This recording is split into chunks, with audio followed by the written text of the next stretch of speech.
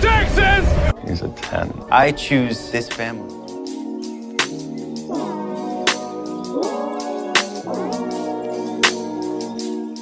Guys, welcome to episode 105 of 911 Lone Star Roundup. I'm one of your hosts, Grace, and with me are my lovely co-hosts, Katie. Hey guys. And EJ. Hey everybody. Today, we're going to be talking about 911 OG Eps, Season 6, Episodes 17 and 18, titled Love is in the Air and Pay It Forward. Yeah, not only is this the last episode before our hiatus, but this is also the finale episode. So we've got a lot to talk about here. I'm gonna say the 3-digit podcast episode numbers throwing me for a loop.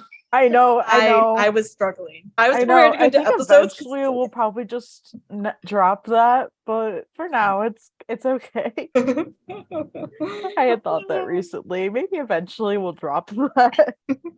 So let's get going. We open up with everyone talking about their different plans. Another day in the firehouse. Hen and Karen are having a staycation because Denny is having a sleepover with Nathaniel. We love the the figuring out some time here like that. Eddie is having to figure out how to say no to another date that is Diaz set him up on. Oh gosh. I love Medellin Diaz, but oh my gosh. Oh my god, realize the man's gay, please. Please, he's so gay. He has a husband and he has for several years now. Yes, he has. Like how many fan fictions I see where it's like, he comes over for Sunday dinner. I'm like, it's gotta happen. Like, for real. Right? I mean, come on. He doesn't just show up on random days. He knows when it's time to eat. Speaking of Buck, his husband, for some reason, suggests that he needs to download a dating app. And then he says that he has. He just hasn't opened it yet. I'm like, Eddie, did you download Grindr? Yeah, literally. Knowing Eddie, he might accidentally do that, not realizing what he's getting. Not realizing that it's okay. I feel like I need to write a fan fiction where he does that and he has a big realization. I'd read it. I would love. I might. I would love one where it's like Eddie downloads Bumble and it's like first he has men and women and then eventually he just takes it off and it's just men. Oh, he's like, oh my god, muscles. And then he's like, oh, breasts. No, never mind. Muscles. Right? He's just like, no. So Ravi and Chim are both working doubles. Chim thinks that he has to get money to pay off the ring, and Eddie's telling him to get the insurance money. And I'm just like, oh, Chim, it's literally at your house. I know, yeah, because that's where we left off. Like the ring was in the dollhouse. It's oh my goodness. And Ravi is apparently saving up to buy another apartment building. This is his third. I'm like, sir, dude, how old is Ravi? Because oh my gosh, he's 20s. Like, how are you doing this on a firefighter's wage, sir? I know. He's like a businessman on the side. I love to see it. Okay, like this is like I don't know. I have thought about like every once in a while I've thought about like how old Ravi could be, and I always got like young-ish vibes. Maybe like I don't know. In the past, I was like maybe he's like 22, but like how are you affording apartment buildings, assuming you don't have much money? When you're literally like I know he says something about like getting generational wealth, like starting generational wealth. So it doesn't sound like he has that backing him. So I don't like my idea is that maybe he made some smart financial decisions when he was young. Maybe invested a little and bought maybe a rundown apartment building, fixed it up a little bit, got some money from that, got enough to do the other. So either way, he's got a profitable side business, apparently. Right, I'm like, sure. But also this is LA we're talking about. Like, sir, how are you affording any of I know this? land value down there alone is expensive. Which it explains how he's earning money, but how to get the money to start this. I don't know. Yeah, I mean, good for him. I don't know. I love Ravi more and more every time I see him. So. I know. Honestly, he's so grown on. Like he's I kind of was neutral on him at first, and then I'm like, okay, no, I like this kid. Now I'm just liking him more and more. Like he's growing up before our eyes. I want a Ravi Begins. Okay, because last season they mentioned how he had like childhood cancer or something. Yeah, he had childhood cancer. Well, I'm like, Ravi Begins when? Okay, at that moment I was like, Ravi Begins when, but please, like I want to see this. I really want to see it. So Chim calls Maddie and they get a call at the station, so he has to go. Chim and his coffee sir, you have an addiction. Also, you need to sleep. I can't even judge him because I'm the same way. I don't- might honestly Like, be a he's- little worse. He just freaking chugs it because I of the can't. I would call. not do that. And he's That's like- why I don't drink hot. He's like, hot, hot, hot, hot, hot, hot, hot, hot. And that just reminded me, guys, remember Jinx? Where How Buck could did I basically the forget? same thing. No, yeah, because he kept getting yes. And he just like Lives in my brain rent free. Oh my Oh. god. For real. I'm gonna rewatch that very soon. So we have Maddie cleaning up at home and she finds the ring at the dollhouse. Finally. And I'm like, oh, you did it a little earlier than I thought she was going to. I thought she was going to find it at like the end of the episode. No, we found it at the very beginning. I'm like, okay, this game started. I'm so hyper for this episode. I'm just gonna say I'm full charge ahead. So Eddie, we switch scenes. Eddie is apparently thinking about golfing. Which, sir, you are not in your late 70s. Why are you golfing? I feel like his soul is old though. Yeah. True, he is an old soul. I feel that, yeah.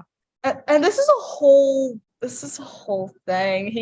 He's going hiking, he's going golfing, and you like see the initial attraction of like everybody. Like I swear a guy was checking me out on that too, and I'm like, Yeah. I'm here for it. I'm here for it. Whatever gets his buddy. Husband, like the husband or the boyfriend of one of the girls that I like him, he was looking at his ass, okay? And I'm like, I mean same, but like I would too. too. I'm like, have y'all seen Ryan? okay. Seriously. Damn. Yeah. No, this was so you have the initial, showing him interacting, and then you have like everything going wrong. The boyfriend showing up, the dog snarling at it, like, okay, honey, this is why you are gay. This is literally the universe. Right. This is telling the you universe you're gay. attacking and saying no. Screaming at you. And so we have Maddie staring at the ring, wondering what to do. This is so funny. I was It's a mood. dying of laughter. Like she kept running off to do something, then like peering around the corner, like if Right. attack her or move there- or something like that. I'm like, honey, okay, like, yeah, that. And then she tries it on, which she was already on. She can't get it off, which typical, of course. Standard. I Yeah, don't know. of Like, course. Yeah, This is sounds about right. Right.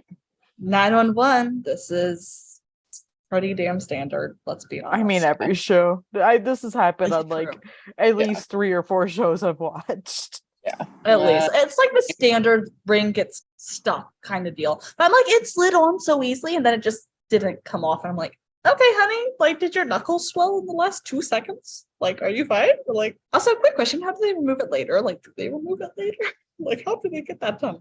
I don't think they ever did.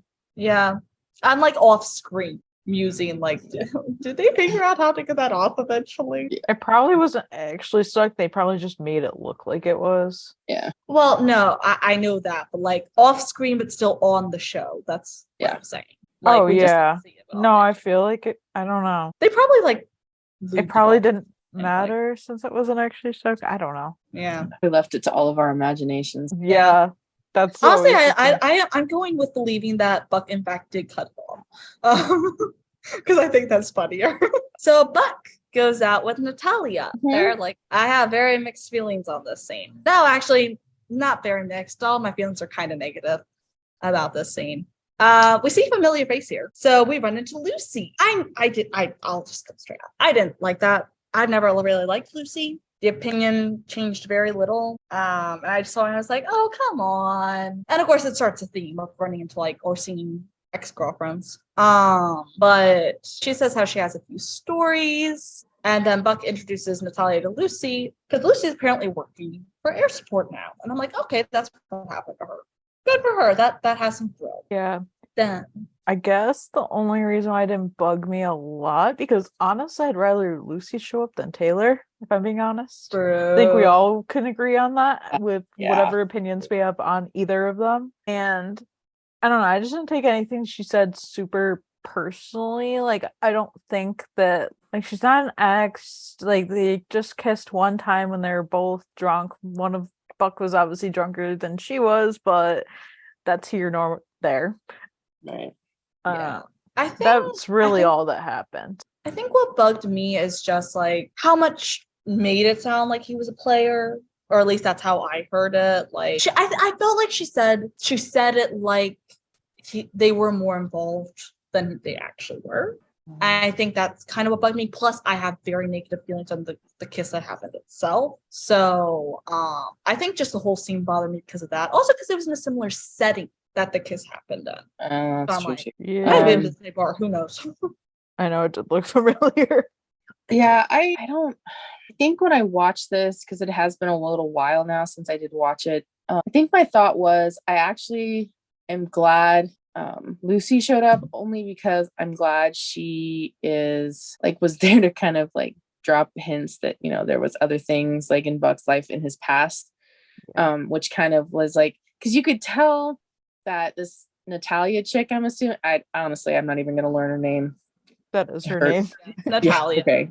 I was like, that's in the notes, so I'm assuming that's her name. And like she kind of was hinting and like trying to find out like more about Buck's past. And I was like, yeah, you don't need to know it. And, let's have some more girls come out of the woodwork and, like maybe scare her off. That would be nice. So For real, like, actually. okay. And you're right. I'm glad it was Lucy. I definitely would not have wanted Taylor to show up. Oh, if Taylor had, I think things would have just gone into a shit show. I think Buck would have shut down, honestly. For real. That would have just caused so many issues. Yeah. Because like all of that was no. If I had to choose one, Lucy 100%, I would pay her to come back instead of Taylor. And Yeah. I am Seriously service though. worker, I don't make but I would spend some to pay her to come back. So you guys also got a good point there. So we wind up with the 118 talking in the fire truck. Bobby's glad to know that Lucy's doing well. Buck wants to know if she asked not to come back, and Bobby mentions how Lucy is looking at getting promoted, and they just have more spots available over there for that potential. Then we wind up in a whole talk about Eddie and his adventures, because he went golfing and hiking in the same day. And they're like, you're looking for a sign. And Eddie's like, no, you guys know I don't believe in that stuff. And I'm like, so many Jinx feels in this episode. Yeah. I do. And then Eddie just wants what he had with Shannon. I'm just like, are you sure about that? Do you actually like if we're how going super ended? literal are we talking? That's my thing. And like you can never like this is my thing. If you could have what you had with each person, would that really make each person special or each relationship special? No. No, not at all. Plus, like he's talking about what a very young him had, because we got so much of a timeline confirmed in this episode, which I adore. They connected in senior year of high school. We can assume that at least a year or two later, that's when Chris was /4, Eddie was in the military by then. So we're looking at him much younger, obviously. And yeah, I just love Eddie and Buck. This confirmed Eddie and Buck being the same age. And that really sent everyone to I don't know, everyone kind of went crazy. Oh my god, Buck and Eddie can't be the same age. What the heck? They're the same age? I didn't even think about that. I'm so used to thinking of him as being in his early mid-30s. What the heck? Okay, no. Okay, that kind of twisted everything in my brain for me. That makes my brain hurt right now. Oh my god. See, I heard the people talking about this a while ago. Like, I forget even how it came about. I don't remember who told me this, but like I heard it, and like then every like 911 fan was talking about it, and I was like, okay. Yeah, I mean, it really changes everything. It changes everything because he literally we're so used to him being like the older of the two, and now they're looking at being the same age. Like I wouldn't be surprised if he was at least a year older still, but like I'm like I don't know how to feel about this. He's definitely the older one, whether if it's a year or 6 months or whatever it may be. Yeah. Also, even if it's maturely older. Yeah, maturity-wise, he's definitely older, simply because he had to have a lot more life experience. Or I won't say more life experience. He had a lot harsher life experience. I'm thinking, Yeah. the military, the divorce, everything. Well, not divorce, more like almost divorce, and then his wife died. But all that, having to raise a kid solo, that kind of thing. But yeah, wow. Okay, that says everything different. So yeah, we have more of a timeline now, which I adored. But yeah, Eddie, do you really think you're going to get what you got with your high school sweetheart? And also at the same time, that didn't go well. Not Rain on Your Parade. We know you love Shannon, but that didn't go well. So, and honestly, looking at it at Christopher too, Christopher doesn't need another mom, like another duplicate of his mom. Right. Oh yeah, that would be not good. No, but I do love that Buck pointed out. Didn't you meet in the 12th grade? Technically they met in 8th, but they were connected in 12th. And so there was a whole thing there. I don't know. There's something about me that loves when the team's like just talking about their lives and kind of getting a little up close and personal about things. Like, are you sure about this? Like, they're such a family. I love them. I know. Yeah. So then we have Maddie showing up at Buck's. And this is when things get interesting. So she shows him the ring, and he thinks Jim proposed, which he definitely did not. And Buck's like, then why do you have the ring? And she explains what happened. So Buck wants to cut the ring off. And I would have taken care of the issue, but then presented a whole nother issue. Right? And Maddie's like, no. And Buck explains that Chimney went insane when he lost the ring. He also explains that Buck and Hen got into it, and then Chim and Hen got into it, which I was like, the moment he said that, I'm like, oh no. Yeah. It was gonna come up. Right. You know what? I hadn't thought it would, but like looking back, I'm like, of course it was going to. And I know when they introduce anything, that it's probably most likely to come up. There's a high chance that it would come up. They actually rarely, like, they don't drop all that many storylines in here. Like, they dropped a few, but they haven't dropped a lot. So I'm like, of course it was going to come back up. Right. So this is when I started getting anxious. I'm like, oh no, that's not good. So Maddie and is like, oh, Hen doesn't think we should get married, and Buck's like, well, she had concerns, and then Maddie just walks off. Buck trying to fix things. I'm just like, the entire time I was just like, you might want to stop rambling. But this is Buck, this is Maddie. Of course it was gonna happen. Like, yeah. So that was an interesting scene. So then we switch over to the Diaz household, and Eddie's helping Chris with a project. And this is advanced. My brain hurt just looking at it, and I didn't know anything it had to do with. Yeah, especially since Chris wants it to be this way. It's not really, what it's supposed to be. Yeah. Hey, you know what? Christopher's a smart kiddo. Good for him. Yeah. I would be in the same position Eddie was, which was going to find some help. I know. I saw the CAD design and I was like, oh my gosh. And Chris, go boy. I adore though. I adore that he called up Bobby going, help. Right? Yeah. I'm like, Bobby's like the dad of the entire 118. Oh, he is. I love it. He's such a dad. Yeah. So Bobby starts asking about the hiking and golfing one day. And I think Eddie said something along the lines of, listen, it wasn't my brightest idea, or it wasn't my smartest moment, or whatever. Yeah. And Bobby tells Eddie that he can't compare what he had, what he's going to have, solid, and listen to him. Because obviously, we've mentioned before that out of anybody, Bobby's going to know what this is like, because he also lost his first wife and had to do the steps of moving on. And clearly he and Athena are very happy. We learned that they're just approaching their 4-year anniversary. Oh my god, like, 4 years already?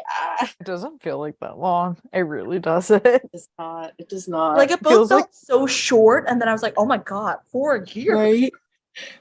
I adored this so much. But just this entire scene gave me all the feels. I was like, I love a good Eddie Bobby, mentor dad moment. Like, I love this so much. All right, and then off to the multiple jump scares. First with Buck inviting Natalia over. And then And then, speaking of jump scares, Taylor's on TV Oh talking yeah. about a book she wrote. Okay, this like I'm not even kidding. When I watched this episode, I literally jumped when I saw her. And I Just was about like, the jump same. scare, jump scare. And like the fact I when she said she wrote a book, I was like, you gotta be freaking kidding me. You wrote a freaking book? Like what the kind of what is this? Oh my god. Mm. It's called Close to the Flame, My Adventures with the LAFD. Like, It sounds like fan Huh. fiction. I'm pretty sure I'm pretty sure I read a fanfic that literally had a title so similar to that. I thought it was that I'm sure I fanfic. have. I'm sure I just have imagine too. it was. Oh, just God. imagine that fanfic writer made bank with them using the idea, and that would confirm that someone is scrolling through the fanfic sites. You can't convince me otherwise. Those storylines they come up with. You know what? Like, I'm convinced. I'm convinced that some of the craziest fan fiction is written by the writers themselves. It's simply because they couldn't get the ideas past the producers. Yeah. That's my theory. I'm sticking to it. Oh man. So she's saying, like, I had many adventures with the 118. Sure. Sure, if you want to call them that. Sure. Not quite where you'd say that, but okay. Nobody will be And- corroborating that story. Yeah. And then Buck's just kind of frozen. It's like, again, as you guys are saying, it's so good that this happened. Like, this was like not a thing that they actually met in person, because he just would have like completely just Oh yeah. he had the jump scare, let's be honest. Right. And Natalia's like, that's cool. And Buck's like, yeah, very cool. And Natalia asked if Buck had a non-thing with her too, which is what he called thing with Lucy. And he says, maybe I'll tell you about it over dinner. And then he turns the TV off, which valid. I mean, Take I'd that. turned it off long beforehand, but I think he just needed to. I would have jumped at her on the screen and literally broke the TV, throw the remote at the Yeah, I wouldn't TV. have got- It's totally worth it. I would not have I will gone. gladly spend the money for another TV. You know what? I would have just dumped it off the balcony. Like, you know, been like, oh, sorry down below. That's your car? My bad. It's an X. Like, no, it's I hope that's the very last we ever see of Taylor. I know it's funny because like people had been saying like I forget how long before this aired that people have been saying they were like, oh, Megan's on like the Fox lot. Okay, you know how many friggin' things are filmed on that lot? Oh, I Fox know. A has lot of things. So I was sure. like, oh, she's definitely not coming back.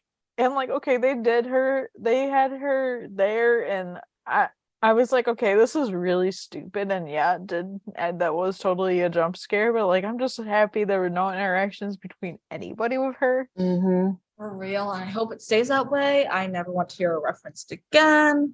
All Right. that good shit. I don't Like, want her reporting nothing. we have like her career devastated or something. Like, I don't know, maybe that's a little far, but I Can she don't know move? how like move to New York, clear across the country, move to England, even better. Like, get an ocean way. Yeah, so currently feelings none.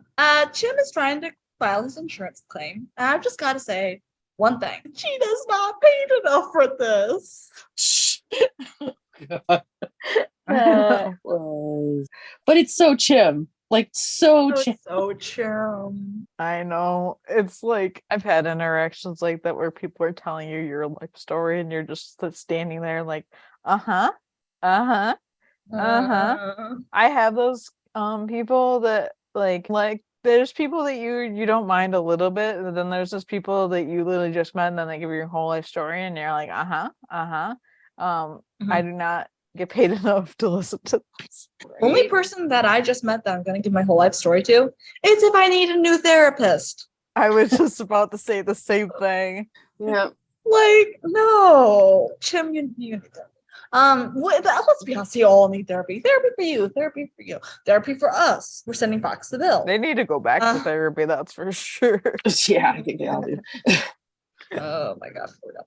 But like he's questioning if he should propose, and I'm like, honey, don't literally not paid enough.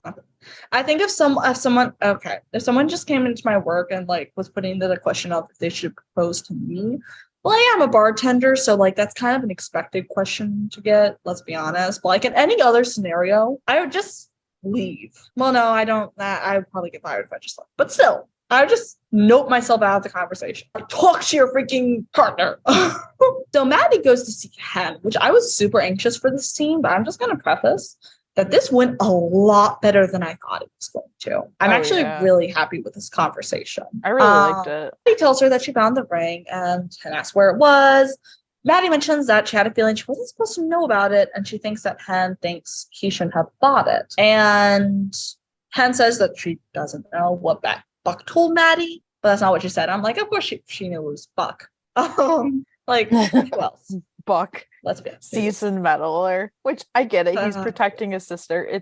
It's good and stuff, but like we know who he is. Also, like so many different like groups are just the gossip girls. Like they just are whole chain, you know. And of course, that's a sister.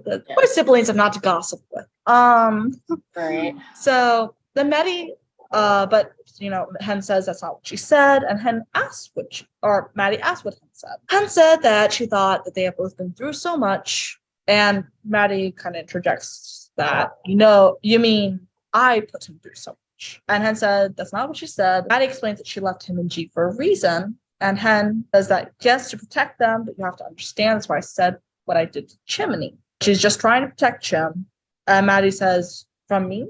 And Hen explains from himself. I'm going to say this already. I already feel like this conversation is a lot more clear on some of these points than the actual conversation with Chim. Yeah. And so I actually like this conversation more than the one that Hen had with Chim, because I feel like the intention 100%. a lot more clearly explained. And Hen explains that Chim was freaking out and she just wanted him to take a breath, and that maybe Maddie should too. And Maddie explains that the program in Boston, that she took when she was away for 6 months, taught her a lot, but it didn't teach her how to reconnect with people in her life. And Hen tells her that she doesn't have to be embarrassed about what she went through, which preach. She went through, they all have their scars, and Hen asked why she hasn't told Chim that she found the ring. And Maddie said how it's more than just words and a piece of paper. There's a power that we give away, and that she didn't know about that first time around until afterwards. And honestly, I felt like there was a lot of truth in that. I think a lot of people don't think about what they really give in these kind of things. Oh yeah. Yeah, Maddie, you're giving, oh gosh, I don't know how to say it. There's a vulnerability that you give away in a more committed relationship or like that. You are giving someone the power to hurt you. And the vulnerability and the knowledge in your life with which to do so. Yeah. And that's why relationships are scary. Yeah. Just saying. But she also says that he's Chim and he's not that guy, which he's not. And then Hen says to Maddie that she isn't the same person she was back then. And that's just amazing hearing her say that. I feel like she's been doing some thinking about this since her and Chim's talk. I feel like that shows in this conversation. But she's not the same person she was with Doug. She's not the same person she was before she had G, after she had G, and the postpartum. Maddie just keeps growing. Like, I feel like Maddie's one of the more developed character arcs that we had in this series. And we get an acknowledgement of that here. And we love that. Mm-hmm. Yeah. So then Maddie actually tells him that the ring is stuck, which I had honestly forgotten about until this point, because I was invested in the conversation. And she asks Hen asks if she wants her to help her get the ring off, and Maddie shakes her head no. And I adore that. I'm like, yes, we're getting somewhere. I don't know what's about to happen, but I'm so stoked for it. Oh yeah, very. It's like, wait, is this happening this episode? Because I honestly was not expecting, like, if the engagement was going to happen, I was not expecting it to happen until the finale. I was like, oh my god, it's going to happen this episode. Oh my gosh. So I freaking out a little bit. Yeah. So we switch over to a less than great situation. So Buck explains his history to Natalia, which is something like I actually have mixed feelings on him just telling her everything. Yeah. I don't feel like that conversation needed to be had yet. I don't know. Part of me thinks that if we had talked about exes, then might as well just get it all out of the way at once. But like, they're not even officially dating or anything. They're just sitting. I don't know. Yeah. I mean, I feel like they're headed there, which is, and I don't know. I feel like that's pretty normal for people to literally tell people about their history if that's what they want to right now. And I feel like he was trying to figure things out and figure like what he wanted to do. So I feel like for him to have a future, if that's what he wants, he felt like he had to. That's his choice. I can see that. I do see what you're saying. I think my issue was that it kind of felt like his hand was almost forced just by two chance things that happened, and so maybe that's where my off feeling comes from. That like running into Lucy, that was a chance run in. Seeing Taylor, that was chance running, but they both like tipped the hand a little bit, and I think that's where like I feel a little weird about it. It's definitely weird. Like you don't owe her anything. But I think he felt almost insecure about it. Like, oh, she's gonna run away. So I gotta like, tell her all this about myself to secure almost that chance that they'll have something. I'm kind of glad we didn't have to sit through that particular conversation, if I'm being honest. Oh my god, can you imagine? Okay, I dated this girl, I hooked up this girl, I hooked up this girl. That's what it would be. The girl on the fire truck. Well, then there was the girl that that had the snake around her neck. How many other patients? I hope that he stopped. I mean, technically, hopefully he did include the hookups bit. I hope not. Like, all you need to do is say that you have. If you need to tell your partner about that, just be like, I went through a phase when I was a little younger. I'm clean. Show the paperwork. You're fine. Right. Exactly. Also, be like, as far as I know, there are no children. Which, speaking of children, Cameron shows up. I forgot about that part. Yeah. I forgot about the sperm donor storyline. So Cameron shows up, and Buck has to explain he's a donor. And apparently, Cameron and Connor are having issues. Honestly, I felt a little bad for Natalia in this because that is a lot to be thrust into. But then she just kind of leaves. And I'm like, honestly, I probably also would have left at that point because 100%. Like, what the hell? There's no space for me in that. Girl shows up, and you're like, what the hell? You fathered? Wait, what? What? That's what Listen, if we're talking about signs, just saying, maybe this was showing. That's a sign. You should look at the signs. Just leave. Just leave, please. Yeah, that was certainly something. So we get to the good part. We get to Maddie and Shem. Shem sees that Maddie has the ring on. They're talking, and he's so relieved that she found it. And this scene, I so much. She was making it so obvious because he didn't notice it right away. She had to make it so apparently obvious, like any woman would, that she was next wearing moment it. Would have been literally thrusting her hand in his face, being like, "You see anything new here? Like, does my hair look good?" That's what I feel my hair look good, Do I have something on my face, like dragging my hand across my face, that kind of thing. She did it so subtly to the point where, like, I was like, okay, I like this a lot. And then Jiyoung comes out, and Maddie asks if he will marry them, and I'm like, that was so cute. And she gives him a little tinfoil ring, which was also so cute. Yes. Oh my god, I love this so much. My heart. We've been waiting a while for this. I'm so glad we finally got here. All right, so we're back at the hardware store with Eddie, and so Eddie runs into Marisol, who I kind of forgot existed. I did too. I was like, wait, who is this? But then they kind of explained it, so I was like, oh, okay, we're on the same page. Yeah, I'm glad they did some follow-up instead of expecting us to remember. So Eddie's still looking for things for Chris's project. Marisol is the one who they helped her fix her house last season after her brothers spilled all the insulation. Which I'm just gonna say, you mean that scene where Eddie and Buck strutted into the house together, looking fine as fuck and together as fuck? We talked about that. That's apparently the same person. Like, honey, you didn't get a vibe there. Like, I guess not. I guess she's into that. I'm just saying. I mean, Oh my Maybe God. that's, I don't know. she's into repressed homosexual men. Apparently. That is what she's That's what into. the writers are No. trying to tell us. No, repressed bisexual, because if she was into repressed homosexual, she'd be after Eddie. Well, nope, I've got it mixed up. Never mind. This is Eddie. She's after repressed homosexual man. It's Natalia that's after repressed bisexual. There we go. We got it straight. Straight like the boys are not. Moving on. Amen. Can't wait till I'm all over the place. So we see that they're reconnecting. There's something there, and I'm like, of course there is. So we go back to Buck's place. Buck has Cameron still over, and we learn that temporarily staying. I think the scene where he was calling Connor to like figure out what was going on or try and get him to talk. Spoiler alert, didn't work. Yeah, so Buck has a house guest. And then Jim has to call poor Gina back so he doesn't go to jail for insurance fraud. Yeah. The panic. It's like, wait, I gotta call.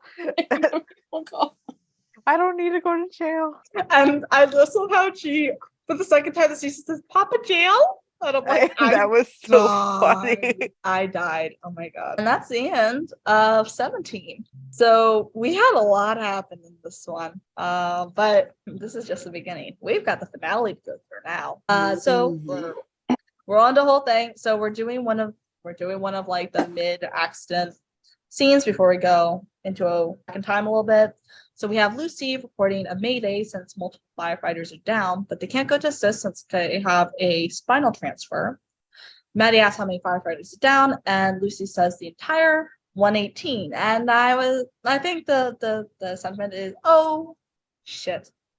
It was because that would they made the promo for this, I remember, so bad because everyone was like, oh my God, what if Bobby dies?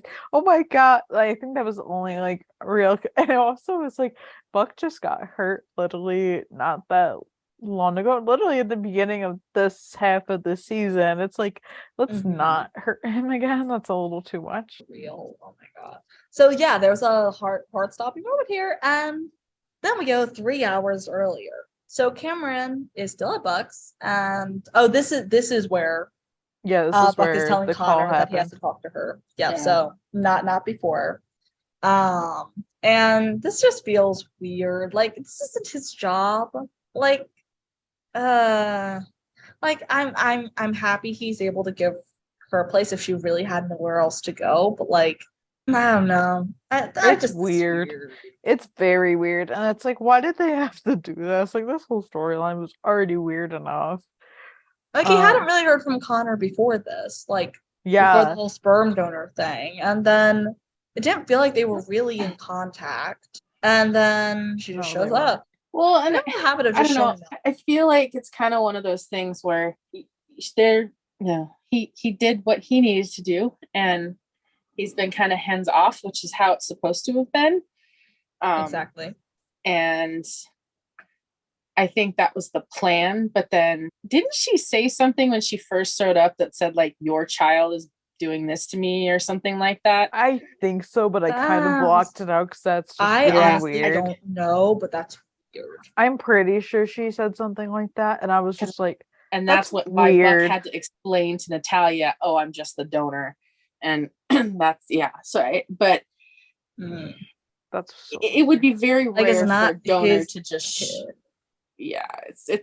it's very rare for a donor to just show up at the doorstep of the person who donated, being like, you're gonna hang out with me and like I'm gonna stay here because I have nowhere else to go. It's like, what the heck? Like, honey, just talk to your, what is he, her husband, boyfriend now? Husband. Your man. Go talk to your man. So this is just, you know what, this is the chaos. So we have chaos at the 118. Jim shows up late. No, Hen shows up late when they're having a briefing. They both do. Yeah, but Hen was very late. Because apparently I think they were like having foster kids there or had foster kids there that morning. Right. And it was a lot of trouble getting them all packed up. So she was late. She is distracted trying to text Marisol. I'm like, honey, Your husband's right there. Speaking of husband, Buck is on his phone, interrupting things, literally on a call. Sir. Yeah. So Uh, Buck. It's like I got to go. yeah. Poor Bobby is just trying to rein in the crew and Let's oh my give a weather report. I know, right? And of course, so there's an accident. The lady in the car accident, a lady in the van has spinal injury, so they airlift her to the hospital. The other person is in the ambulance. I did like Lucy congratulating Chim on the engagement because guess who shows up for the airlift? Lucy. And saying good news travels fast. I loved that. I actually did. That I was- really did Yeah, like that was that. cute. I almost felt like my initial thought was kind of like it doesn't feel like this is like the time to say that, but I'm like, you know what, whatever. When else, you know, you're Mhm. moving, you're not stalling things. Yeah, you're fine. You're fine. That was just my initial response, but like I'm fine with it now. So so we still have the 118 on the bridge, right? And a semi truck is going through. The dude's asleep because of course he is. And he hits a pillar of the overpass because of course he did. Of course she does. Because it wouldn't be a finale without some major thing happening. Exactly. And the overpass collapses. The 118 is all there. Ravi managed to get to safety, but everyone else, Eddie was in the van. He was trying to I think he was doing something with propane tank. Hen, Chim, and the patient were in the ambulance. Mhm. Bobby and Buck were both outside. Bobby disappeared, and Buck landed on the windshield of the ambulance, which the ambulance landed against the van where Eddie is. And so we're all having a great time. This is fabulous. Buck wakes up. Ravi is grabbing ropes at this point. So far we've got someone up top, which is great. We don't discuss where all the rest of the 118 are, but we learn they're just more involved, that we just don't focus on them. So Ravi's kind of manning it pretty solo up there. Yeah. So Chim is impaled in his stomach. Hen was knocked out. So we're doing like a call on the radio. Everyone checks in except for Bobby. So we learn that Chim's impaled. We managed to get Hen to wake up, but like she's pretty damn concussed. Right. Oh yeah. Eddie's got some broken ribs. And actually Buck's pretty like he's cut up, but he's Cuts and pretty damn scrapes, but nothing like major, which is like, thank God, because he has already hit his limit. They knew what they were doing, honestly, in keeping him mobile and like kind of incapacitating the rest of the crew. Right. So we've got our two youngest, Buck and Ravi, up and moving and working to help the rest. And I'm like, I actually love this team up. I'm loving how they work together. Me I too. like it too, especially since we I'm- know Buck has kind of been scary towards Robbie Yeah. in the past. Like him you going, remember, "Hey, Bobby!" drops. or no, when he was chasing after him with the chainsaw Oh, that season. That's the major one I was Oh. thinking about. Oh my god. So we have Buck and Ravi securing the ambulance by ropes. So they've got it secured to the front of the engine. We do find Bobby and his radio's crushed, so he can't call out. He's trapped in like a storage container that's like down on the ground where the semi is and the whole pileup is down there. So that's fun. So he can't call out. And he's pretty damn pinned. We can't really see how injured he is, but he's pinned. So we go to the dispatch center. Josh doesn't want Maddie working this. It's protocol, so understandable. Right. She is way too close to the 118, but she does not take no for an answer. I think Josh figures it's going to take far less time to just let her work it. Yeah. And he just is like, okay, how can it work? And okay, Josh, I'm so happy whenever I see him. We don't see enough of him. Anyhow, We moving really on. don't. I love him. I love him. Can we get him back, please? Thank you. So Hen is taking over as captain, while Bobby's still unaccounted for, because for all they know right now, Bobby's dead. Yeah. I love Captain Hen. I'm just gonna say She'd make a that really is good captain. She's already made a good captain. So she's made a really good captain before. And just imagine what else she could be like. More of a great captain she could be if she didn't have medical school weighing her on her at the time. Like, I don't know. Yeah, I'm like, 100%. yay, we have Hen on it. Like, yeah, she's not doing the best, but she is focused as much as she can. And by not doing the best, I mean her head is not Yeah. granting her any favors right now. I mean, if concussion's talking here, I can understand that. Jumping around a little bit here, but basically, since Bobby's stuck, so this guy we saw briefly at the beginning of the episode and like a peaceful montage going on there. He hears Bobby banging at the edge of the storage container because I think Bobby had like a pickaxe or some sort of equipment that he was able to grab and start banging, which yay, glad he was able to do something. And Athena's already had to warn the civilian, like telling him to stay back, and she's like, "Did I tell you to stay back?" But I love her. because of the civilian, she finds Bobby, and I'm like, "Yes, Athena finding Bobby." I just love them. They're my comfort mom and dad. Can they adopt me, please? I adore them.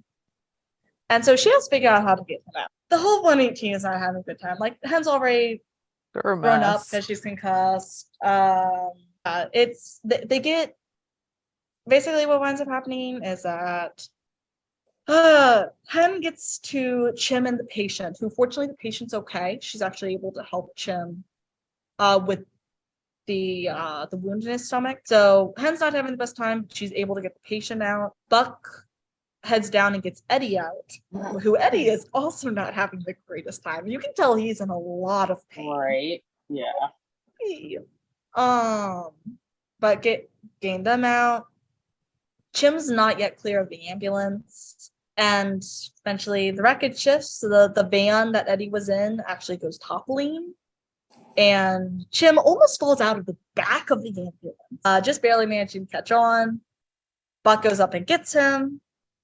I was on the edge of my seat for pretty much all this entire accident, which is exactly how it should be. I'm just gonna say, like I enjoyed this, even if I was like screaming internally the entire time. But so Bobby, Athena, and the civilian are stuck in the storage container because the wreckage shifted. And so they wind up getting the construction workers because there was construction work going on in the underpass. They wind up getting the construction workers to help them move to the debris, which I loved that. Utilize your resources. And so we got Bobby out, and so the civilian that had been Bobby and Athena, this entire episode, whenever we saw him, I was like, this guy looks so familiar. And actually, before this recording, I was just reminding with Katie and EJ where we'd seen him before, because they show that in we were like so clueless. I know. Grace is like, EJ, do you remember? And I'm like, You look so clueless when I was saying that. I was like, you don't remember. Yeah, I was like, okay, good, we're on the same page. Essentially, we going back a while. The earthquake that collapsed the hotel in the very beginning of season 3, or season 2, my bad, season 2. So this is when we first get like Eddie into like the second episode. If guys remember, there was a basketball team, like a high school basketball team or whatever, that was staying at the hotel, and a kid got trapped under like some real bad debris. And even though like the whole thing is very unsteady, they have to choose, like, are they going to risk getting him out, or should they just do an infield amputation? It's a lot of stuff like that. But they risk it. They manage to get him out. And this is the kid that Bobby in particular had really helped save back then. And I'm like, oh my God, that's why he looked familiar. This was so satisfying because I was like, where have I seen this guy before? Yeah. Yeah. I See I this was guy just because I do not remember it. I don't really like I vaguely remember the details of the earthquake, but it's also been like a while since I watched that episode. So I was like, I mean I remember a few details about the episode, but definitely not that. yeah, like it's been a little bit. Like all I needed to do was see the clip that they included, like as a flashback. I was like, oh, that's the guy. I would not have recognized him if not for that. I just knew I'd seen him before. And so yeah. I love when they throw something in like that. He doesn't even say anything. Like he doesn't even say who he is, but it's clear that he remembers. And so I just love that, you know? So basically the whole freaking 118 is now in the hospital to get treated. And that's when Hen kind of officially goes down. Like she's going down saying she needs a CT scan. I'm like, this is so Hen. This is Hen. I adore you. And we have a good waiting room scene between Maddie and Athena because Maddie brings Athena coffee. And all the 118 people have been sent home except for theirs. So we learned that the other 118 members probably weren't hurt as bad. So we love that. Good for them. They're all fine. But they're saying that they should be able to go home tomorrow. Athena's complaining about how apparently Bobby tried to roll himself into the elevator while she was awake. Typical. That is so typical. Bobby, how far did you think you would get? Patient. The worst. Yeah. The absolute worst. And they literally talk about how like all of them are so good at helping people and literally the worst patients.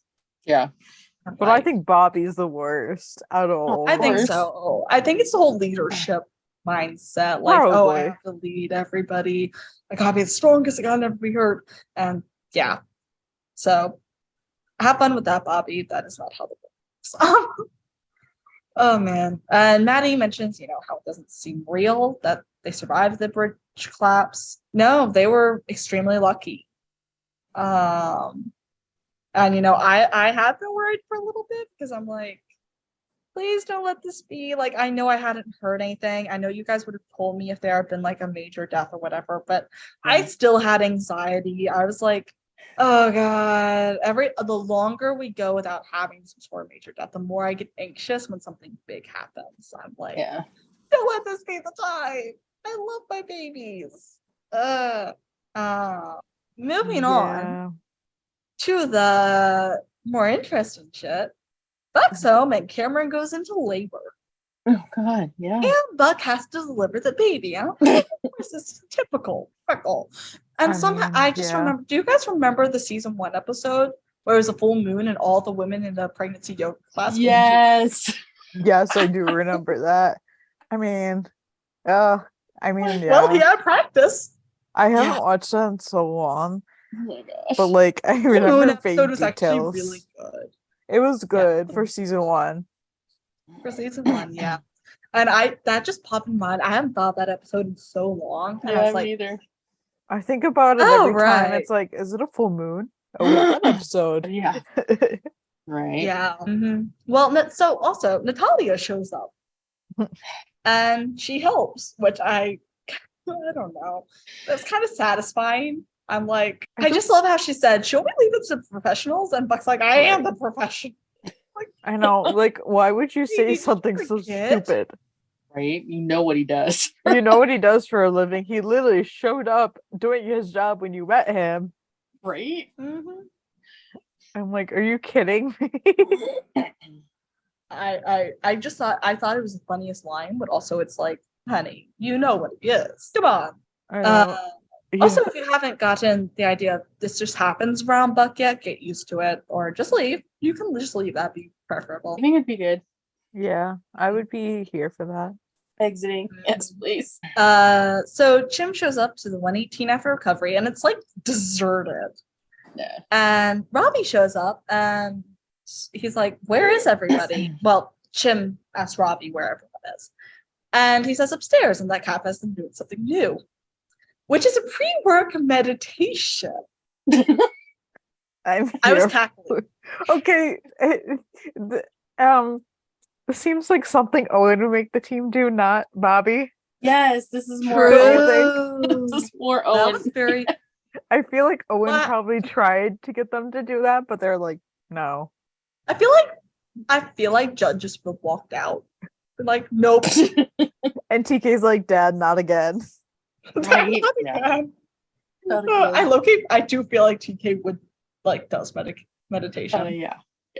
But Because I feel like Mateo Carlos- would have just kept true. I also feel like Mateo just would have been fidgeting the entire time and been like, are we really done yet? Which that's me every time I've tried to meditate. So Yeah. Are we Yeah. done yet? you know, but funny thing is that when I did try meditating when I was younger, the thing I listened to was like, imagine, like, let your thoughts all just run like down the rainbow slide on the side of your head. I just became obsessed with the rainbow slide, so I was like so focused on like the mental image of a slide. Right. It was just completely like meditation's not working.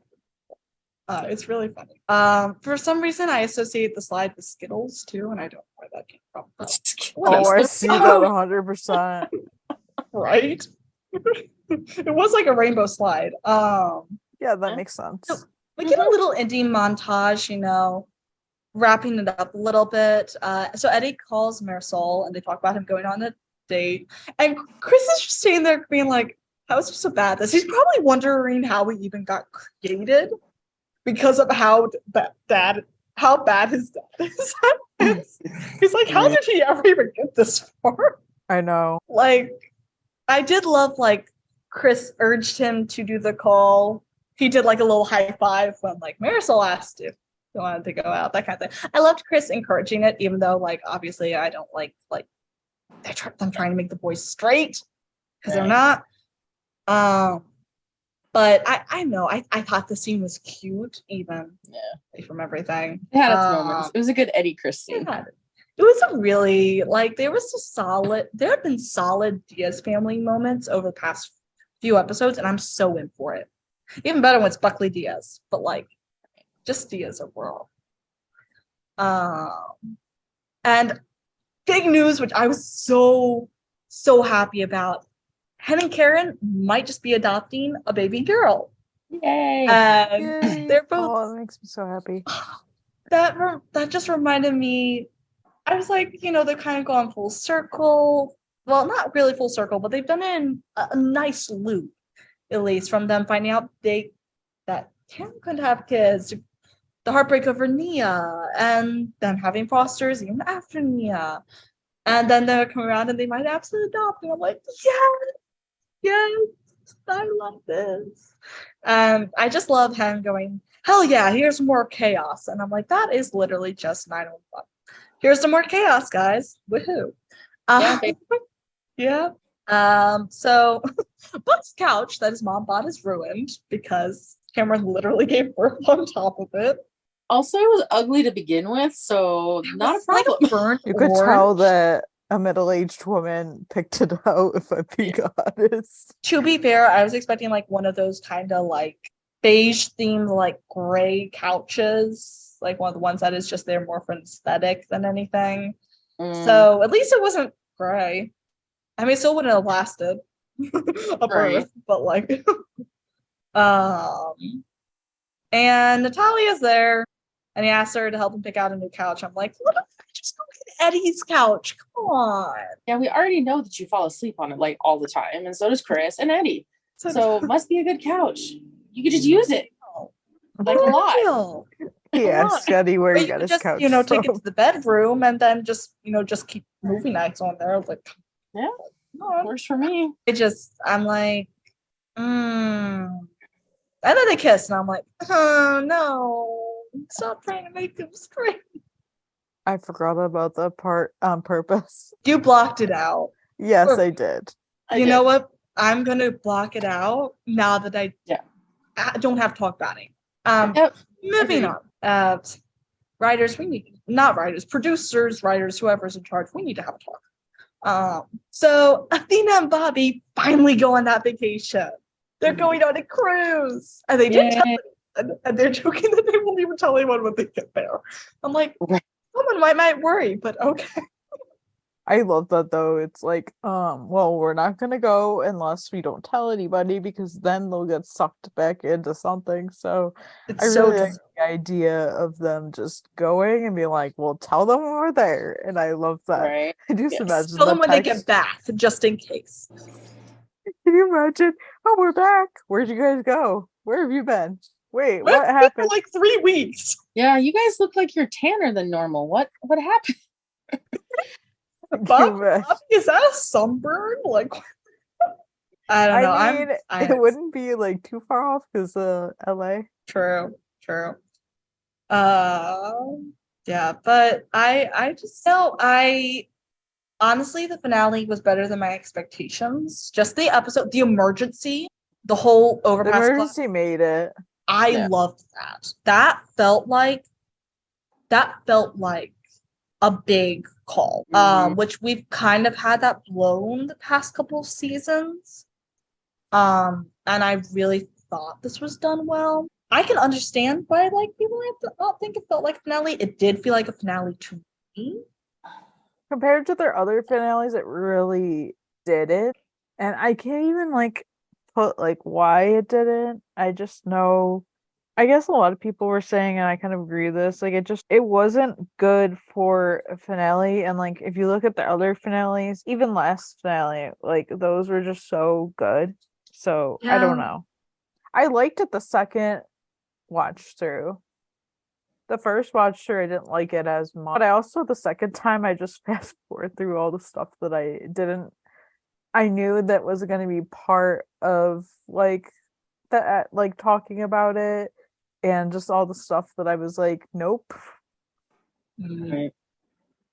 You so know, that might have also helped. I mean, like I didn't like necessarily the boys getting paired up. No. I don't really have anything against Marisol. I really don't have anything against her. I actually kind of like her. I do too. Like honestly, which makes it so much harder. Yeah. But like my thing with it is like, okay, Eddie, you couldn't date Anna because of your issues. Those issues are gonna come back up. Like I think they are. They are. Plus, he's just not straight. He's not even a little bit like no. I don't know. I don't see it lasting again, but I do feel like Marisol is a better fit than Anna was just already. Oh yeah, like 100%. That the Anna thing was just weird just because like I get that she wasn't his teacher when they started dating, but it's still weird because she was. Yeah.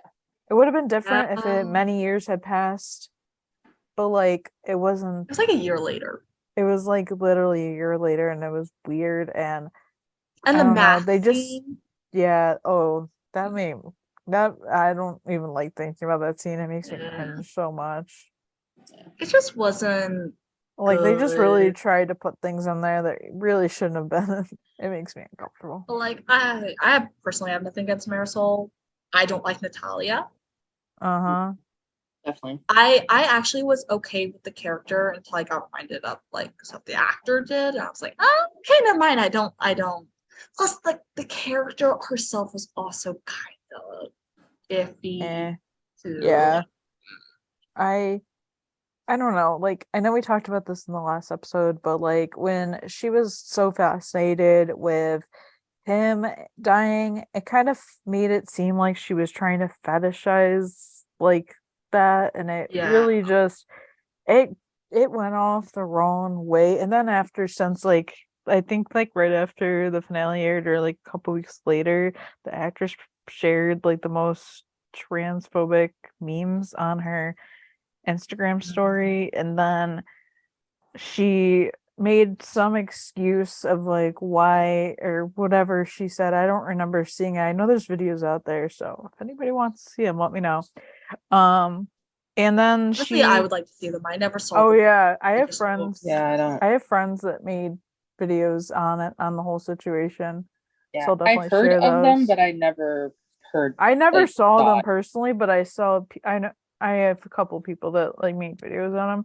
And then after the fact, she then was like, "Oh, I'm gonna do an Instagram live," and we something about like, "Oh, I'll say this or something like that." And I remember one of my mutuals was like, did she ever go on live? And somebody was like, no, she left the country and she was going on like some spiritual thing. And I'm like, oh, for the love of God, what the heck? So I'm like, can we just fire her? Can we just fire people that keeps doing weird shit like that? You know Like, what? I'm also a big fan of The Mandalorian, and I'm gonna bring this up because of a specific example. They had a really great female character in there whose actress was a huge transphobe. Like she said a lot of bad shit, and they got rid of her. oh They yeah, the just freaking same thing fired her. happened in Station 18. Like she wasn't a main character. She was a very minor character, and I think it was coincidental that she didn't end up again, but I also think it was on purpose because she got called out by pretty much the whole cast, as she should. But it was the Mhm. same situation type thing, and like they tried to play it off. Okay, this shit is a lot worse than anything anybody has said, I think. It's just Yeah, I'm not real thrilled about what I heard of it. I don't know the context, what happened. I don't like anybody that really specifically pokes at any one thing because I'm like, why are you judging people like that? That's wrong on so many levels. We're supposed to love everybody equally, not tear everybody down. And I don't approve of that stuff. And exactly. yeah. Yeah. Yeah, like So I really hope they address that as of other things that have come to light, like the Julian stuff, which I really don't want to get into. very fair. I'm just gonna say that I really hope things get addressed, especially the whole thing with Natalia, because of also being a queer person, being a little gender fucking myself, but also just being in general a queer Right. person. I don't want this person on a show, especially a show that's so good about representation. Yeah. I mean, yeah, they've been like freaking not giving us Buddy for 5 seasons, but we can work with that. I Yeah. don't like this. With both the But Julian this, situation and with Natalia, I want but this, better for our shows. yeah, the series and the franchise with Lone Star and 911 have been very gender positive, and I feel like having people on there that act that way is kind of not good publicity for their shows. So yeah. Nor particularly safe for people in their casts because to my knowledge, and you guys can correct me, but I don't believe we have anyone who isn't cisgender in the 911 cast. But Lone Star, for example, Brian's a trans man. Right. I was just Like, thinking, like, can you imagine if this shit happened on Lone Star? Like, they would have been fired right then and there. I certainly hope so, because like that's just not safe. It's not even about like politics or Mm-mm. anything like that. It's about safety issues at that point. So yeah, hopefully this gets resolved. But aside from those things, I like the episodes. I do feel like it missed something for the finale. I don't even know what it was. I can't put my finger Yeah. on it. I But guess that's what it is. Mm-hmm. Yeah, I agree. I feel like there was some good aspects to the 2 episodes we talked about. There were some good elements and some good like banter and some like good team stuff because we don't get that a lot anymore. But yeah, the like there were parts of the finale that I definitely felt was like finale worth. But then there are other stuff that I'm like, that's just like opening up a can of worms for next season. Like, are you purposely like leaving things open because you're going to get another season? Or, like, yeah. So it just didn't give me the vibe of like finale, but there were some elements that told me finale. Right. And I know like a lot of fans were comparing it to like Lone Stars because they were like, okay, that's how you do a finale. This is not. Yeah, but I think EJ, I do think you're onto something by saying like how some things felt wrapped up while other things felt like it was a can of worms. I think you're onto something there because if we're comparing Lone Star was wrapped up in a nice little bow. Like there are some things mainly with like Gabriel stuff, all that are left open for next season, but most things were wrapped up. There were some things here that were just very much leading on for the next season, which it's not necessarily that I disapprove of that because I'm all for building up excitement for what's coming up next season. I had this gut feeling, and it happened, and Katie will remember this maybe, but in the night shift, season 4 was cut from like half the amount of episodes for the last season. And the last episode, we didn't know if it was getting renewed. And then the last episode was like such like everything was tied up. Like all the loose ends were tied up. I'm like, okay, and then like a couple of days later, they announced that it was canceled. I know that was the worst because there was those few things they were like, oh, this might happen. And then it was like, what the heck? Right. And then that little clip at the end really irritated me. So I just pretend that never happened. So yeah, I feel like sometimes the networks can get a vibe throughout the season as to whether or not. So I honestly, there's a part of me that feels like, did they think that Lone Star was going to get canceled? So they're like, we want to make sure the wedding happens. And they were like confident that 911 was going to get renewed. And then see, I thought it was the opposite because really, yeah, because they literally had to make the decision months prior secretly that they were going to move networks for 911. yeah. I almost feel like maybe Lone Star secure. It's on the network it's on right now, and it has a huge fan base. It is a very secure show. 911 was in limbo. It was switching. It was in limbo. It was like, and it has it has a huge fan base, but it's a divided fan base at that. Yeah. So I feel like maybe they deliberately left some things open to encourage a renewal. That's my personal thoughts. Like, instead of tying everything up, they were really gunning for it. Right. And that could be why it didn't feel like a finale. Yeah, it could be. Because it was purposely leaving a lot of stuff open and up in the air because they were hoping that would give the network enough to be willing to renew it. I think I just saw an article recently that if Angela Bassett is the like the highest paid female actress in Hollywood right now. She's getting like, honestly, she deserves it. Oh yeah, totally. She's amazing. But I'm like, okay, she's on 911. I'm like, wow, like that budget right there alone for her, like it's a huge budget.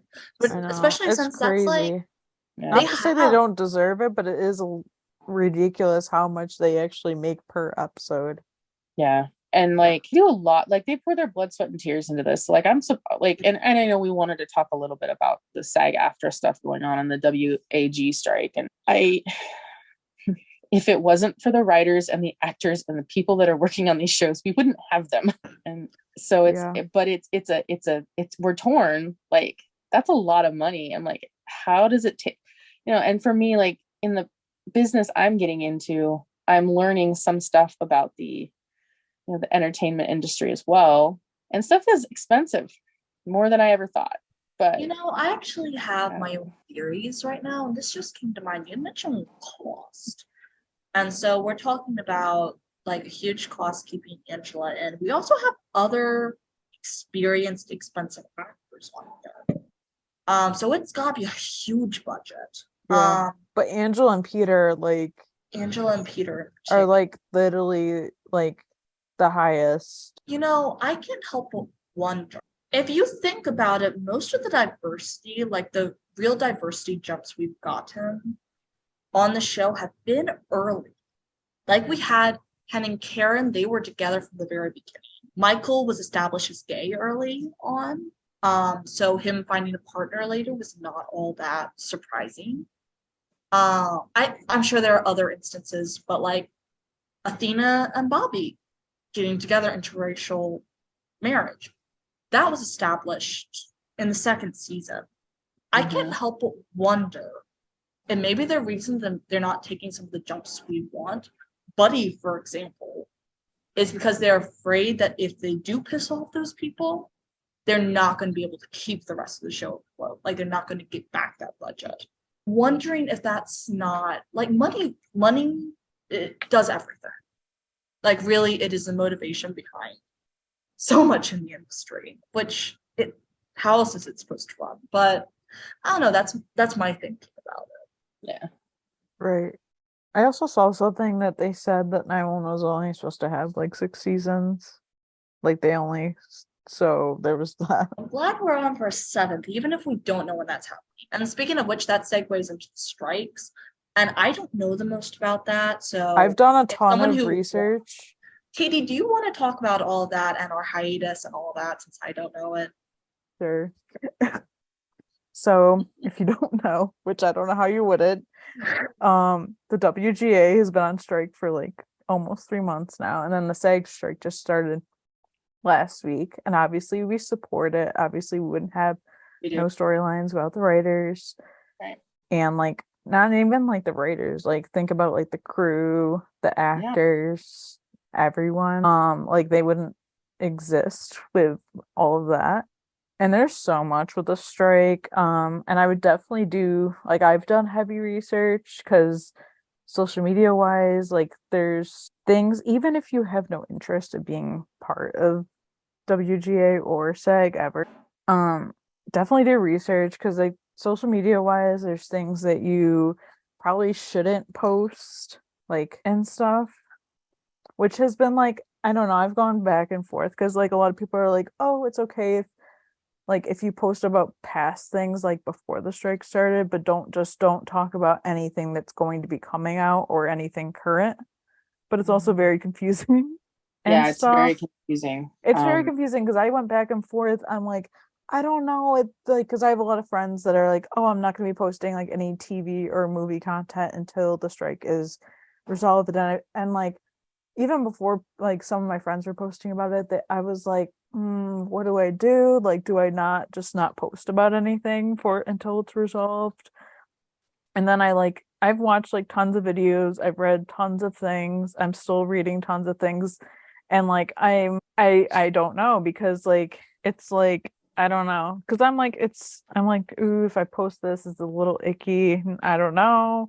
It's kind of one of those things, and it's I support them, and I feel like I don't know. I feel like there's a way you can post things without being like disrespectful, which I think is what a lot of people are like, well, I don't think they're saying this. But the way they say things is also very confusing. So I honestly, I've done a lot of research, so I know what's going on and what like there are guidelines out there, but it is very confusing because it's not even just like people that make money off things. Obviously, there's things that are very like very easy to figure out. Like obviously don't during this time don't get paid for anything, but like Right. even organically posting about things, like they're like probably not, but like I don't know, the way a lot of people have explained it is it's okay to talk about things that like have happened before this, but just don't talk anything that's going to be coming out during the strike. I don't know. It's very confusing and it's getting very dark, and I'm like, I can't even believe it's been going on this long. How long Yeah, I has was that been going on looking. anyway? A couple of months? Well, the WGA WGA. has been on strike since WGA has been on strike since literally like a couple weeks after Leinster wraps, so like May. So in August it will be 3 months. Wow, that is a lot. Yeah. Tell you what, I'm glad I'm not really doing my fan page right now because I would not know what to do. I know. It's so hard because everyone's doing something different. That's my thing. No, like obviously we support the actors and the writers. It's confusing time, that's for sure. Yeah, no, I was gonna say that I feel like this strike is gonna be on for a while. And I also feel like this is the first time we've had social media as rich as it has been. And I mean, like, there's a lot of it. The last time we had a major lengthy like WGA strike or any kind of strike was in 2007, kind of before even smartphones. That I Yeah. remember. This is a good 15 years later. Yeah. So this is like nobody has any idea like how do you deal with this? Like, I want to support my favorite actor, but I don't want to support their union, yeah, I just Right. And I saw something that was terrible, and I'm like, they're not saying to like boycott. Like people are like, oh, should we cancel our subscription services? And I'm like, right. no, we're not Yeah, don't do boycotting. that. But like I heard something about Netflix where like actors, like I saw actually it was from 911, but what I was going to talk about wasn't about 911. Somebody posted like residual check and it was like for $2 and change for like 911 for one of the writers. And it's like, what the hell? Like, these people make tons and tons of money. Yeah, Like, I was just watching a video about an actor in another series that's on Netflix right now, and he's like, I get like 86 cents for a residual for it being on Netflix. He's like, people watch these shows all the time, and he says, yet the people who own the shows, like the two guys that like created it, are making like millions of dollars every yeah, month. the CEOs of Netflix, they give yourself bonuses that are like millions of dollars. And like this one of the shows that's on, like, obviously there's a lot of shows on Netflix that are really popular, but like specifically there's a couple shows that like they basically give Netflix all their money. So like, yeah, we gave you that money and you can't even give us like Right. I've saw somebody say, yeah, residual checks aren't like anything that they used to be. Like it's not as much as they used to be, which I've heard like people say that had like minor roles that like, oh yeah, I got a check in the mail for like 20 cents or something like that. Well, yeah, and it used to be, 20, 30, 40 years ago when an actor was on a TV series and that series went into syndication, they were getting almost as much as they were when they were making the show originally. And then slowly, like their residuals went down and down and down. And I'm like, they deserve better. Yeah. Subscription services, especially since the pandemic, subscription services have changed a lot of things about the entertainment industry. Oh, yeah.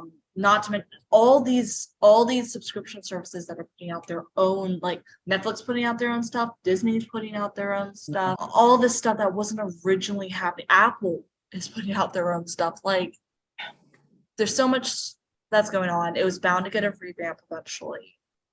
And I'm hoping this is really going to change things for people. I know this is a time of uncertainty for a lot of people that are waiting on shows like us, where we don't know when 911's coming back. We don't know when Lone Star's coming back. Right. We'll wait for it as long as we need to, as long as the strike needs to go on. We're going to be here. Yeah. Right. Yeah. It's more important that these people get their livelihood. Yeah. Right. Also, the CEO of Disney is planning on selling a lot of the TV assets. So a lot of people are freaking out about 911. Interesting. Because Disney owns quite a few networks, and they're considering selling some of those networks to other people to cover the. Yeah, which I know people are like, okay, that happened with other networks last year and those shows still went on. So I'm like, yeah, obviously people are freaking out and I understand it. And like, yeah, I get it. Yeah. Conglomerates like Disney, they take on a lot, and maybe sometimes they just gotta figure they got cut a few corners, and that's scary. Right. And people, I think the main reason why people are freaking out is because they're like, well, 911 moved because they needed somebody that could give them like the budget that they need to create the show. Right. So they were like, oh my God, like this was such a mistake. Okay, this isn't the planning for a very long time. Like that's why when like the news came out that they were moving to ABC, none of the actors were surprised. Yeah. They had known for just months. Couldn't say anything, but they've known. Yeah. Right. Yeah, I mean, I'm not expecting like those sales to really impact anything for us because they would not have purchased anything with ABC. They wouldn't have gotten that one everything if they didn't expect to be able to handle it. I don't know what the rest of it's going to be, but if they've been planning sales for that long, then they've been planning the buying for this long. Like it's a lot of mumbo jumbo I don't know anything about. Right. I know barely anything.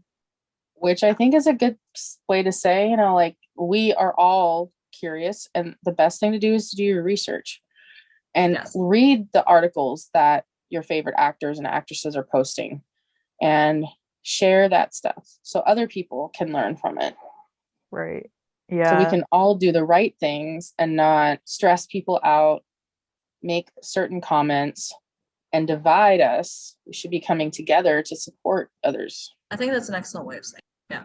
Oh yeah. And We need you to know what? support the actors and writers as much as they need to support each other. And I remember, 2007. I remember shows like one of my favorite shows was in the middle of a season. I mean, all of them were because it was in like the fall of I think 2007 or 6. And it was like all the shows just stopped airing. Like none of them aired. And then when they came back, most of the seasons had been cut short by 5 to 10 episodes. And one of my favorite shows was canceled because they lost the ratings because nobody came back to watch it. And I was like, I don't want that to happen again. But I also support these writers, and I'm like, I'm a writer too. Like if I was in that, I mean, I don't do screenwriting, but I definitely do novel writing. And, one day I could be working on a screenplay or a script, and I would want to have that same support. Yeah. So educated, and we'll, come on our Discord server and talk to us about it. Because we're gonna have all summer to talk, and we're gonna have a lot more than We're just gonna summer have to a talk very about. long time. Who knows? Because we to have no talk. idea. Yeah, like I've been saying, like, yeah, things are gonna go dark for a while. Yeah. Like we have no, and obviously we're not like this. We were like close. This is already pre-planned, which is why it was like hard, like being like, should I post this? Should I do this? Yeah. But like this is already pre-planned, and also like it's in the past, so it's okay. But like we're not gonna obviously come back until this is all done with. So we just- have an indefinite hiatus until we get some information. right, yeah, Which I think we could all use a little bit of break. I know. I could use right, a little bit of a break. yeah, So, we're gonna take a break. But we're gonna be here when we find out what happens about 911 Lone Star at the end of the strikes. No need to worry on that. We'll still be here. right, yeah. Don't hesitate to reach out to us. We share our social media stuff online all the time, and we've got our own personal social media as well as the podcast. We've got the Discord server. Yeah, and I think it's a good thing we're doing this now, and like it fell well for us, just so that we can come back with a confident picture after Right, this is resolved, right, yeah. like, And oh, like, we know this is going to happen, or we know this is going to, right, yeah. And I always thought about like talking about like sharing these episodes and like talking about like different storylines, whether it's on social media or here, that like I'm talking about these things for the writers, not for like the network Yeah. and stuff. So that's kind of how I look at it too. If anybody needs any reason to think either way. Right. And I know But yeah. that we all kind of give the writers a hard time when we think they make a crazy decision, but in the end of the day, they're It's all still in fun giving us love. our favorite show. Yeah. Our It's favorite all in show. fun love. Like, yeah. Do I Yeah. think the writers are a little crazy for just denying that Buddy is a thing? This wasn't writers, I believe, but I read an article the other day. It was talking about what they want, like what should happen in season 7. And I forget what they said in the word for word for the Buddy part of it, but they were like, we know we like these guys or something like that, but like we gotta move on. And everyone's like, who's we? I have to find that. I've said it to you guys. I was gonna yesterday, but then I couldn't get the whole article to be in one picture, so I was like, god damn it, I have to go to my laptop, and then I never did. Oh man. Well, I still have some very foolish hope we're gonna get it eventually, but even then, Eventually, I don't know. This season, everyone's anything? like, "Oh my god, it's gonna be the Buddy season." I'm like, guys, that's like you're giving them too much credit. Listen, I had hopes because 6 is my lucky number, and that's not pan out. So, season 9, anybody? Because it's my like. Yeah, I don't know.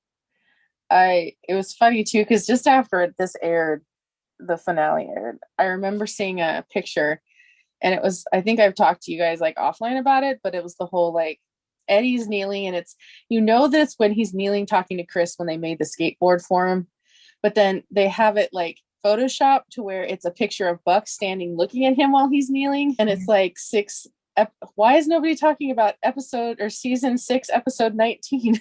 And it was like Eddie proposing to Buck, and I was like, if only.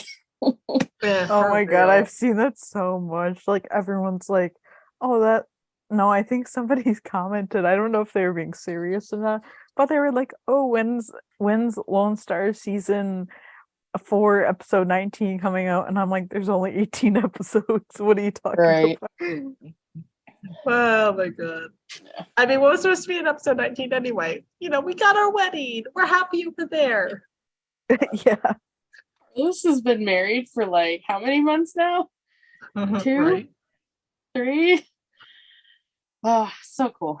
2, yeah, just 2. We're we're happy campers over on the Carlos side, and in Buddy Bill, we're still living in desperate delusion. I think so- that's why I don't focus any of my energy on Buddy, because I'm like, if I focus a lot of my energy on it, I feel like that just leads to disappointment. Yeah. So I'm just like, I'm not like obviously I'm not on the anti side, but I'm like, I'm not gonna focus any energy into it. I'll leave that for everyone else. Like, I focus energy into it, but if we actually get it, I'm literally going to fall off my chair. And then I'm going to have to pause things to go running around whatever I am at screaming. And that's probably going to last a long time. So it's going to be a very interesting episode of that. Thank you guys so much for joining us and listening. Be sure to subscribe to the podcast. We are on Spotify, Apple Podcasts, YouTube, and just about everywhere your podcast can be found. On iTunes and Spotify, please rate us and leave us a review. It means a lot to us. You guys can follow the podcast on our socials at 911 LS Roundup on Facebook, Twitter, Instagram, and TikTok. As always, be sure to join our Discord server. The link will be in the description of this podcast and also in our Instagram bio. You guys can follow me, Katie, at Philip Tarlos on Instagram, TikTok, and Threads. You guys can follow me, Grace, at Ronan Ratha 911 on Instagram and at CheapGirl31 on Twitter. You can follow me, EJ, at EJ8302 on Instagram, Twitter, and Threads. Bye. Bye.